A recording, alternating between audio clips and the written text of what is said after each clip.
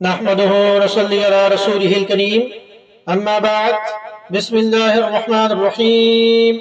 ابو ہریرہ رضی اللہ عنہ سے روایت ہے کہ نبی اکرم صلی اللہ علیہ وسلم نے فرمایا، تمہاری آگ دوزخ کی آگ کے 70 حصوں میں سے ایک حصہ ہے۔ عرض کیا گیا، یا رسول اللہ صلی اللہ علیہ وسلم، یہ دنیا کی آگ ہی تو کافی تھی۔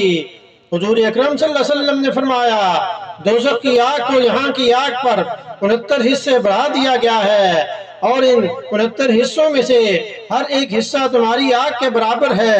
اس روایت کو بخاری و مسلم نے نقل کیا ہے، اور مسلم شریف کی روایت میں ہے کہ تمہاری یہ آگ جس کو ابن آدم جلاتا ہے، دوزخ کی آگ کے 70 حصوں میں سے ایک حصہ ہے۔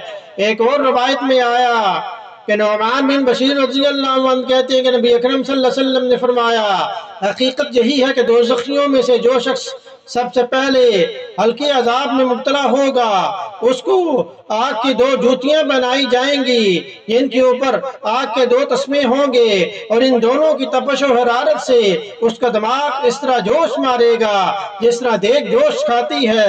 وہ شخص چونکہ دوسرے دوزخیوں کی حالت و کیفیت سے بے خبر ہوگا، اس لیے یہ خیال کرے گا کہ اس سے زیادہ سخت عذاب میں کوئی مبتلا نہیں، حالانکہ وہ سب سے ہلکے عذاب میں مبتلا ہوگا۔ بخاری و مسلم میں اس کو جو روایت کیا گیا ہے۔ ایک اور روایت میں آیا کہ دوزخیوں کو برابر دوزخ میں ڈالا جاتا رہے گا، اور وہ کہے گی، حل من مزید، کیا ابھی اور ہے؟ یہاں تک کہ رب العالمین اس پر اپنا قدم رکھ دے گا، اور پھر اس کا بعض سے بعض سمٹ جائے گا۔ اس وقت وہ کہے گی کہ بس بس، تیری عزت اور کرم کی قسم، اور جنت میں جگہ باقی رہ جائے گی، یہاں تک کہ اللہ اس کے لیے ایک اور مخلوق پیدا کر دے گا، اور وہ لوگ جنت کے باقی حصے میں رہیں گے۔ بخاری شریف کی حدیث نمبر 7384 میں اس کو روایت کیا گیا ہے۔ تو اللہ پاک ہمیں وہ اعمال کرنے کی توفیق عطا فرمائے جس سے اللہ پاک ہم سے راضی ہو جائیں۔ اللہ پاک ہمیں جنت الفردوس نصیب کریں۔ اللہ پاک ہمیں سنت پر عمل کرنے کی توفیق عطا فرمائیں۔